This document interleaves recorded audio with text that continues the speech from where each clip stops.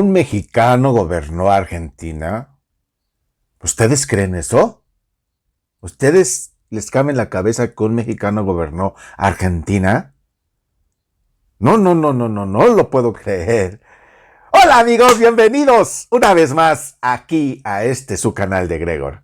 El día de hoy, como ya lo vieron, ya lo escucharon, un mexicano que gobernó Argentina. Bueno, vamos a verlo, si les gusta un poco de historia, acompáñenme a verlo en este canal que es Cholocamotes.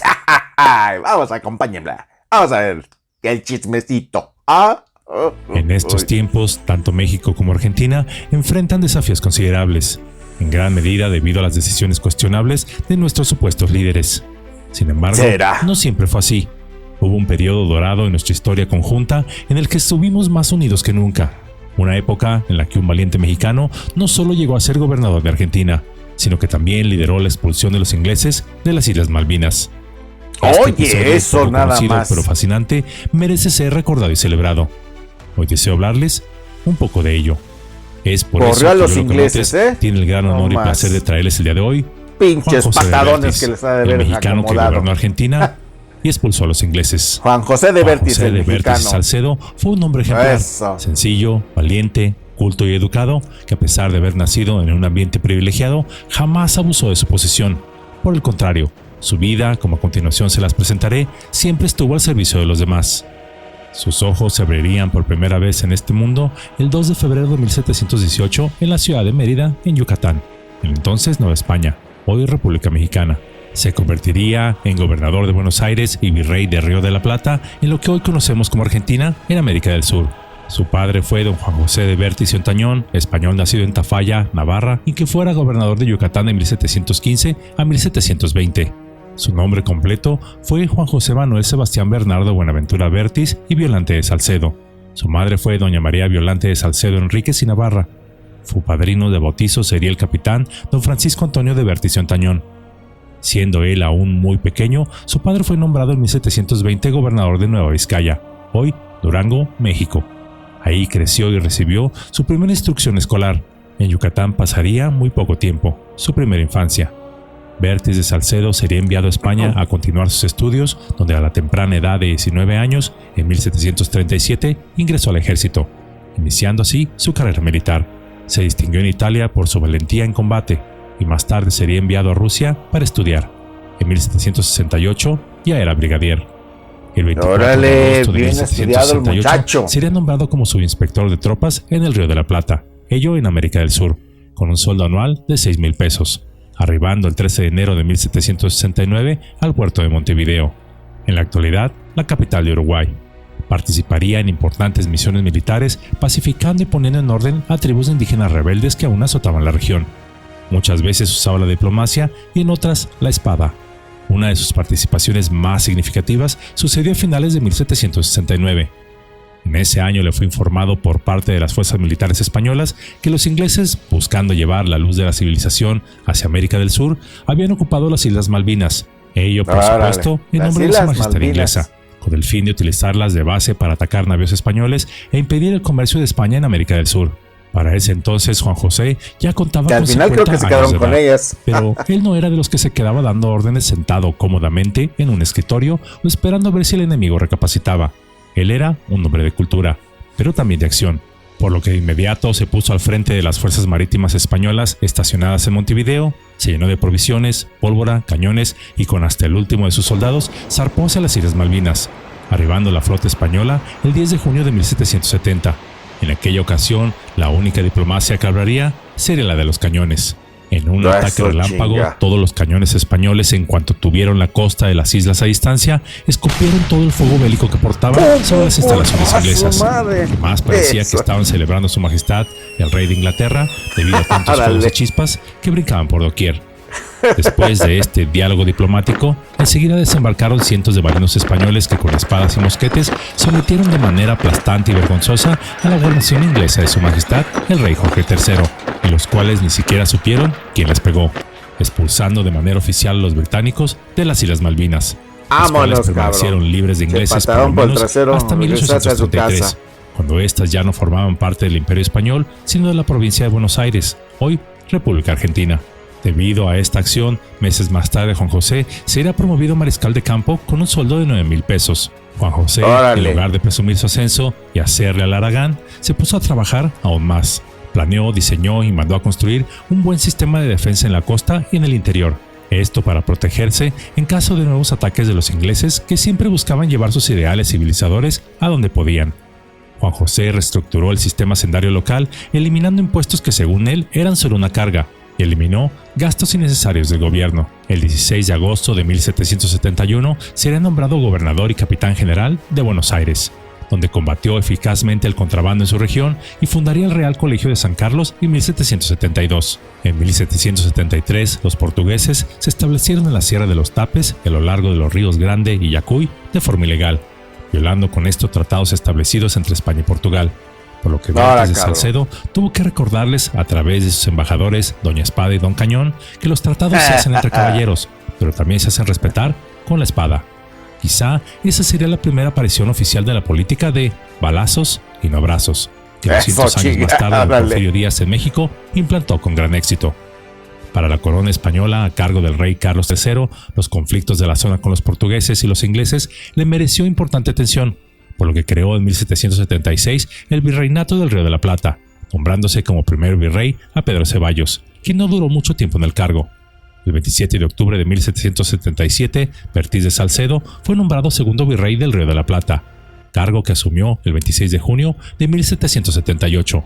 Pero a pesar de lo que podamos creer, Vértiz de Salcedo, o Juan José para los amigos, no solo se la pasó repartiendo espadazos, pues si bien era un hombre práctico, también era un hombre culto, honrado, educado y sobre todo visionario, por lo que también contribuyó al desarrollo urbano y social de los lugares que gobernó, desde la mejora de la infraestructura urbana hasta la creación de instituciones educativas y asistenciales. Introdujo en Buenos Aires la imprenta que habían utilizado los jesuitas en sus misiones de Córdoba, de donde fueron expulsados. Recibió el apodo de el Virrey de las Luminarias, esto debido a que él creó el primer sistema de alumbrado público. Bajo su gobierno se llevó a cabo el primer censo de población en la provincia de Río de la Plata. Fundaría el primer grupo de población en la Patagonia. Creó un hospital para infecciosos, es decir, un hospital de especialidad en el tratamiento de pacientes que sufrían de enfermedades contagiosas. Asimismo, fundaría un orfanato. Antes de que alguno por ahí diga, Chile, pues con dinero público estalló. Es importante señalar que algunas de estas obras, como la de orfanato, él las pagó de su propio bolsillo de manera inicial. Además, contrario a lo que los funcionarios ladrones de la actualidad, que hacen obras públicas todo el tiempo para así poder beneficiarse ellos y sus amigos, obras siempre a sobreprecio, claro. Juan José no se robó ni un solo centavo, y lo demuestran los testimonios públicos y oficiales de aquella época. En 1783, Juan José dio instrucciones al capitán Tomás Rocamora, a quien envió a Tres Ríos para la fundación de Concepción del Uruguay, Gualeguay y Gualeguaychú. Todas estas acciones en su conjunto traerían a la región un periodo de progreso significativo que la consolidaría de ser una región salvaje y olvidada a un centro cultural, económico y social de América del Sur. El 30 de noviembre de 1783, Juan José mandaría crear en Buenos Aires una casa de comedias, y que era una especie de teatro. La sala, que fue la primera de Buenos Aires, estuvo en la esquina de las calles San Carlos y San José, hoy calle Salcini y Perú, y se le conoció como Teatro de la Ranchería. Sobre el escenario, Juan José mandaría colocar el lema Ridendo corrigo mores, que en latín significa corrijo mi comportamiento riendo. Para completar su obra, Juan José se las ingenió para constituir compañías de actores con buenos sueldos y privilegios personales, esto con el fin de que la cultura y la educación fueran de calidad. Además, las entradas al teatro eran de precios accesibles, incluso en ciertos días y funciones, gratis. De la misma forma, prohibiría oficialmente la mendicidad, pues debido al progreso económico de la zona, muchas personas sin oficio ni beneficio se trasladaron a Buenos Aires, donde se dedicaban a pedir limosna. Eran tantas las personas que se volvió un problema, pues estas hacían sus necesidades fisiológicas al aire libre, por lo que Juan José procedió de inmediato a poner orden. Prohibió que se pidiera limosna, así como también que la gente diera limosna, pues esto último solo fomentaría que más personas, en lugar de trabajar, se dedicaran a estirar la mano. Algunos quizás exclamarán, ¿cómo es esto posible? ¡Qué falta de caridad! ¡Infame! Está bueno. Permítame terminar.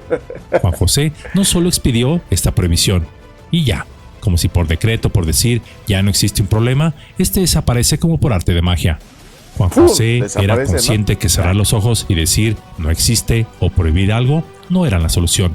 Pues es como si alguien quisiera acabar con la ignorancia regalando certificados de estudios, o con la pobreza imprimiendo y regalando dinero. Juan José crearía una institución a donde se enviaba a las personas en estado de mendicidad. Ahí se les alojaba, vestía, alimentaba y además se les enseñaba un oficio de acuerdo a las aptitudes de cada persona. Al salir de esta institución se les daba un poco de dinero para establecerse y gracias al oficio aprendido les permitía a estas personas mantenerse por cuenta propia. Pero, no obstante su brillante desempeño, tanto administrativo, militar y social, el estrés y las heridas de guerra cobrarían factura. Físicamente agotado de una extenuante vida al servicio público, Juan José solicitó a la corona española que fuera relevado del cargo por motivos de salud. Es importante señalar que a Juan no le importaba dejar el poder, algo extraño en los disque servidores públicos de la actualidad, que buscan reelegirse o seguir teniendo el bastón de mando hasta después de terminado su periodo. Pues contrario a ellos, Juan José nunca fue su objetivo de vida ser líder, sino que la gente o a quien debía servir viviera mejor. Pues él creía que la misión de todo buen gobernante era hacer o dejar un mundo mejor que cuando llegó. Finalmente, en 1784, el rey de España le concedió esta solicitud, además eximiéndolo del llamado juicio de residencia, el cual se establecía por ley.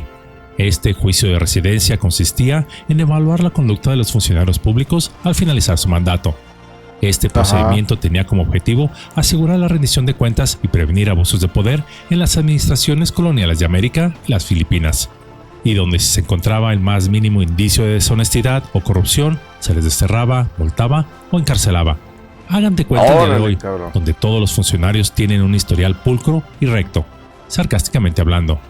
En el caso de Juan José, su vida era un libro abierto a la gente. Su riqueza personal, gracias a su familia, era la misma que cuando terminó sus servicios que cuando ingresó a él. No le salieron de repente mansiones, casas, ranchos o terrenos fantasmas de su propiedad. Fue tal su honestidad e integridad que este juicio no fue necesario aplicarlo a su persona. Finalmente se trasladaría a España, donde se rehusó a tener cargo público alguno de relevancia, falleciendo en Madrid en 1799 a los 81 años de edad. Murió con tan solo una pequeña fortuna que heredaría a su esposa, hijos, así como distintas instituciones de caridad pública. Como dato adicional, que quizás sea de su interés o no, sobre la llamada Casa de Comedias, alguna vez algún viajero en el tiempo le preguntó a Juan el porqué de la razón de la creación del teatro. Al hacerle esta pregunta a los ojos de Juan José, que cruzado de brazos miraba con orgullo su obra recién completada, brillaron, y con una gran sonrisa dijo: deseo inculcar a la juventud el gusto literario y la afición a los espectáculos. Los más jóvenes deben tomar conocimiento de los grandes hechos de la historia antigua.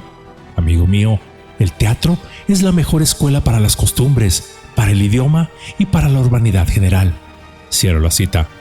Pertiz y Salcedo, Juan José, es recordado como un líder visionario cuyas políticas y reformas sentaron las bases para el desarrollo futuro de la región. Argentina y Uruguay no serían lo mismo sin su indispensable contribución. Necesitamos más hombres como él. Hoy, en un tiempo marcado por la división y la animadversión entre mexicanos y argentinos, recordemos a un ilustre mexicano, Juan José de Pertiz y Salcedo, cuya existencia nos recuerda nuestra verdadera misión en este mundo: dejar un legado de amor y unidad sin importar raza, religión o nacionalidad. Pues como nos enseñaron las grandes figuras de la historia, el propósito más elevado de nuestra vida es cultivar la felicidad y la paz interna, para así poder extenderla a todo nuestro alrededor. Pertiz y Salcedo, un mexicano que se convirtió en virrey del Río de la Plata, encarnó este ideal a través de su incansable labor para elevar la calidad de la vida de todos a los que estaban bajo su cuidado. Promovió la educación, mejoró las condiciones de salud y fortaleció las infraestructuras, pero su mayor contribución fue su compromiso con la dignidad humana y el progreso social y espiritual de su gente. En estos tiempos de conflicto, que su historia nos inspira a buscar lo que nos une en lugar de lo que nos separa, a construir puentes de comprensión y empatía en lugar de muros de división. Recordemos que en el núcleo de nuestra existencia todos compartimos el mismo anhelo de amor, aceptación y paz. Que la vida de Juan José nos motive a trabajar juntos por un mundo donde la compasión y la humanidad brillen más fuerte que cualquier diferencia o político rancio o mezquino que pueda intentar dividirnos. Pues cuando los pueblos se unen, sus raíces se entrelazan, formando un bosque impenetrable ante cualquier adversidad. Excelente video. Felicidades a Yolo Camotes. Y bueno, amigos, a los que les encanta la historia, yo creo que estarán encantados con este capítulo. Yo creo que nadie sabía de este pasaje de la historia de México, ¿no? Con Argentina, de este mexicano que gobernó a la Argentina, ¿no? De Juan José de Bertis. De Juan José de Bertis, ¿no? Y yo creo que la manera de cómo saca las historias de Yolo Camotes, para mí estoy encantado. Y sin más, si les gustó el video, regálenme una manita arriba y nos vamos a ver en otro próximo video. Bye bye. Un abrazo.